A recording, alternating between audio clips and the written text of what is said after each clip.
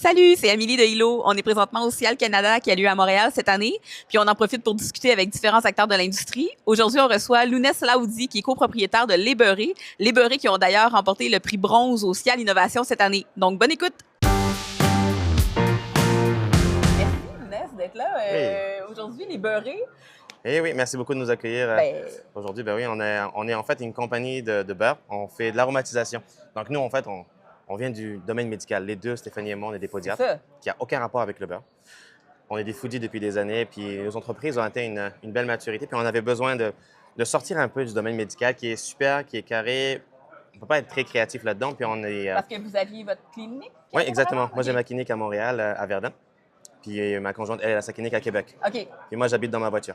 Fait que- Un classique. Voilà, Tu exactement. connais bien la vin. Ah, c'est génial. Tous les cafés, je les connais bien là-bas. Mais on s'est rendu compte, en fait, dans le milieu de l'agroalimentaire, tout est aromatisé. On a de la crème glacée aromatisée, on a de l'huile aromatisée, du caramel aromatisé, mais personne n'a aromatisé du beurre.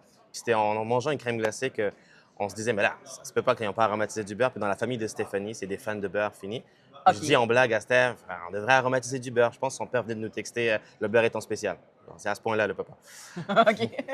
Mais on s'est regardé dans les yeux, on a fait attends, mais c'est vrai, on n'en a jamais vu à part du beurre à l'ail ou du beurre salé ou du demi-sel, il n'y en a pas. Puis quand on a fait nos due diligence, on s'est dit OK, peut-être on a trouvé quelque chose d'intéressant.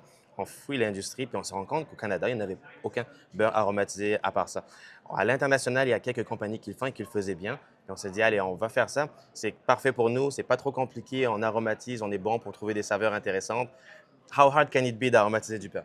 Turns out, c'est Mais plus là, compliqué qu'on pensait. parce que tu sais, c'est aromatiser du beurre et apprendre en même temps une toute nouvelle industrie qui était loin de votre réalité de podiatre à l'époque, 100%. là. Exactement. Nous, on arrive vraiment super naïf en mode, tiens, on va prendre du beurre, on va mettre nos ingrédients, des apprentis sorciers et tout. Puis Mhm. on savait que, vu notre niveau dans l'agro, on avait besoin d'être accompagné. On a trouvé Mycelium, qui est un incubateur à OK. Québec. Puis ça a été vraiment le tournant de la compagnie. C'est là où on a appris vraiment qu'il y a des normes de l'industrie, il y a des standards, il y a une façon de faire les choses. Puis on a vraiment développé avec eux la compagnie, on a créé nos premières saveurs et très rapidement, on s'est dit, OK, c'est bien beau d'avoir une idée, mais il faut la tester.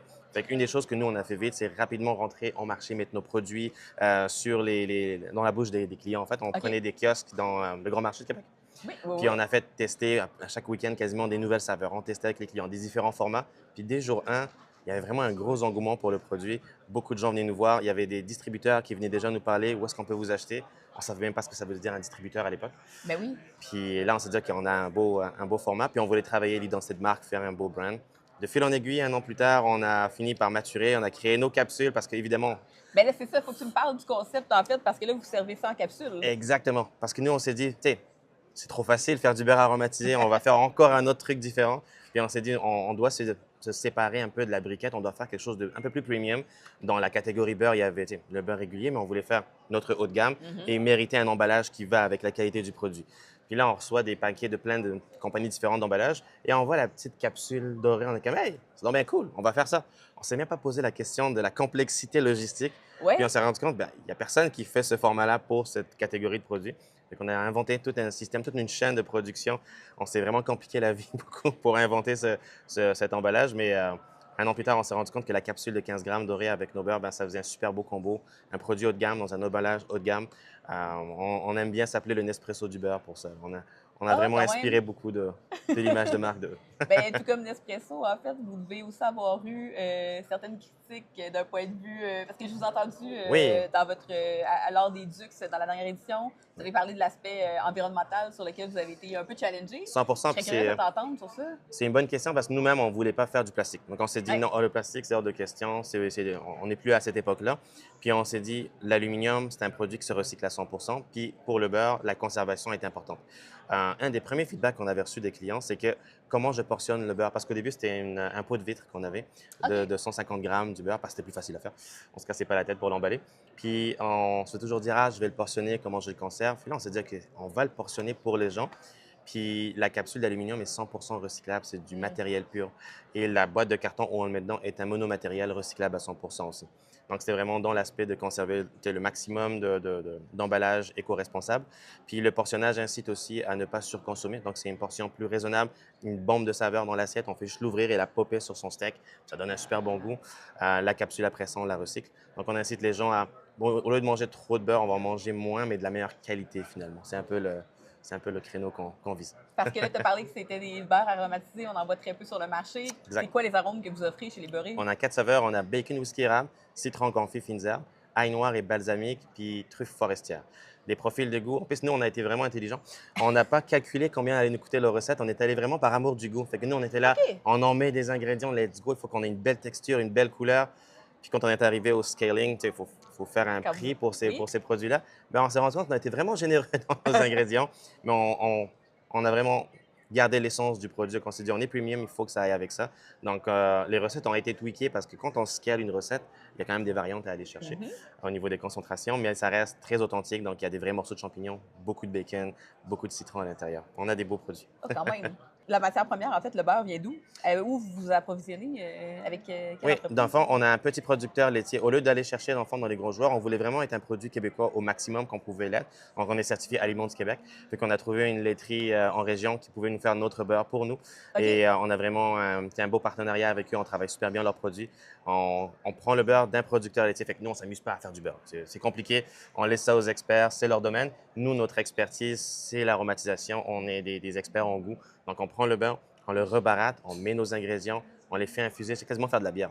On les Mhm. fait infuser, on a vraiment un temps de préparation, puis après ça, on vient le doser dans nos capsules avec un maximum comme je disais, une petite bombe de saveur en capsule, là. C'est ça qu'on utilise. Puis, ben, là, sachant ça, je reviens à Oui, ma question initiale qui était ce changement de vie-là. oui. Quelques années plus tard, maintenant, qu'est-ce que tu dirais qui a été le plus grand apprentissage de l'industrie bioalimentaire? Oui. Parce que là, ça a été une incursion complète, en fait, dans cette Ah oui, nouvelle 100%. aventure-là. 100%, je dirais, ça fait 2 ans qu'on est en affaires au niveau de l'agroalimentaire. C'est qu'on se rend compte que c'est un univers qui est très normé, super bien cadré, puis qu'il y a beaucoup de réglementations. Et on est arrivé très naïf, ça a été une force autant qu'une faiblesse, parce qu'au final, on n'est pas arrivé en mode « Ah, ça se fait pas ». On est arrivé « Mais Mhm. pourquoi pas ?» Puis à mi-chemin, on ne pouvait plus reculer parce qu'on avait déjà investi. Fait qu'on a été, Faudra- non, non, on a fait notre due diligence, on y va à fond la caisse, mais c'est vraiment, l'industrie est bien faite, le système est bien conçu, mais il y a énormément de certifications, il y a énormément de normes qu'on doit aller chercher. Puis Fait que vous êtes dans le l'agroalimentaire laitier est... en plus, fait que Ah ouais, c'est on a quand choisi le même pire domaine. C'est vraiment le plus réglementé qui aurait pu être. c'est Ça se dit, costaud. on s'est compliqué la vie, nous. Puis il y a aussi le fait que dans l'agroalimentaire, c'est vraiment une game de cents. Donc, il faut vraiment être très calculé au niveau du cost, les emballages, les fournisseurs, de trouver vraiment des bons partenaires d'affaires et d'être vraiment très... faut vraiment surveiller tout pour arriver avec une valeur ajoutée, avec un prix qui fait du sens pour le consommateur. Fait que ça a été quand même Qu'est-ce que tu dirais qui a été le plus grand défi dans ça? Le plus grand défi, je te dirais que ça a été d'identifier le meilleur équipement pour le flow, parce que Mhm. produire 100 petits pots, ça va bien, mais produire 6000 capsules comme on le fait actuellement, c'est pas le même game. Puis trouver les bons équipements, puis une fois qu'on les a identifiés, de se rendre compte, ben, finalement, c'est pas turnkey des équipements d'agroalimentaire comme dans le médical. Nous, on achète une machine, elle marche, ça va bien. Dans l'agroalimentaire, il y a du bisonnage à faire, comme dirait mon beau-père. Il faut vraiment aller tout faire du fine-tuning. On avait changé de fournisseur à un moment donné sur nos capsules d'aluminium. Puis on pensait que c'était identique, mais finalement, il Mhm. était 1 millimètre plus petit. Puis toute ma chaîne de production était déphasée. Il fallait que je retravaille chaque petit élément. Fait que oui, d'apprendre que voilà, en agroalimentaire, c'est du fine-tuning et c'est beaucoup de travail, mais de recalibration à chaque étape De précision. et de précision, oui. Puis, à l'étape où vous en êtes, Oui. les beurrés en ce moment, tu dirais que c'est quoi la prochaine étape pour Oui. l'entreprise? Alors nous, actuellement, on a vraiment travaillé au début le détail. On est en magasin depuis juillet dans 148 points de vente. Puis là, on est vraiment en mode incursion dans tout ce qui est hachérie. Donc, on voit nos produits. À la base, on les a conçus vraiment pour être sur des tables de restaurants, chez les traiteurs. On a vu ça vraiment dans la ligne aérienne, Mhm. chez Via Rail. On a vraiment visé grand avec nos capsules.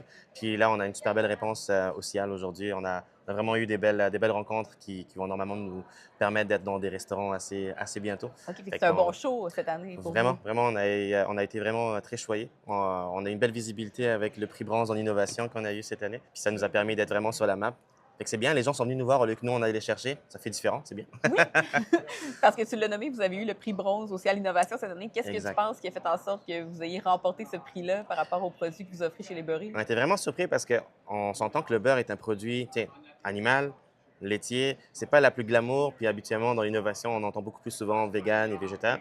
On a parlé avec les juges un petit peu après, puis c'est vraiment cool ce qu'ils ont dit. C'est vraiment l'exécution 360 qu'ils nous ont dit. Donc, c'est le fait qu'on a pris le temps de faire une belle marque. On a mis du temps sur le brand, le packaging qui a été réfléchi, l'éco-responsabilité et l'attention à la saveur, vraiment le fait qu'on a priorisé le goût et non pas la rentabilité dans notre création. C'est vraiment tout ce travail-là qui a été reconnu, fait qu'on apprécie fortement la reconnaissance qui nous permet maintenant de nous dire, OK, on n'était pas fous, enfin un petit peu peut-être, là, mais on dirait que l'industrie nous reconnaît dans notre travail là-dessus, fait que ça fait du bien. Ça vient confirmer que vous avez votre place. Exactement, exactement.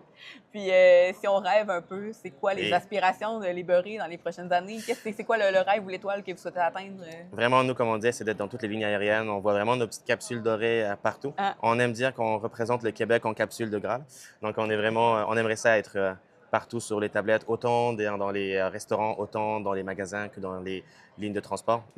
On veut remplacer, en fait, les petites cups de beurre en plastique oui. par nos capsules un peu plus haut de gamme. On arrive dans un beau restaurant, on veut qu'on voit nos capsules sur les tables.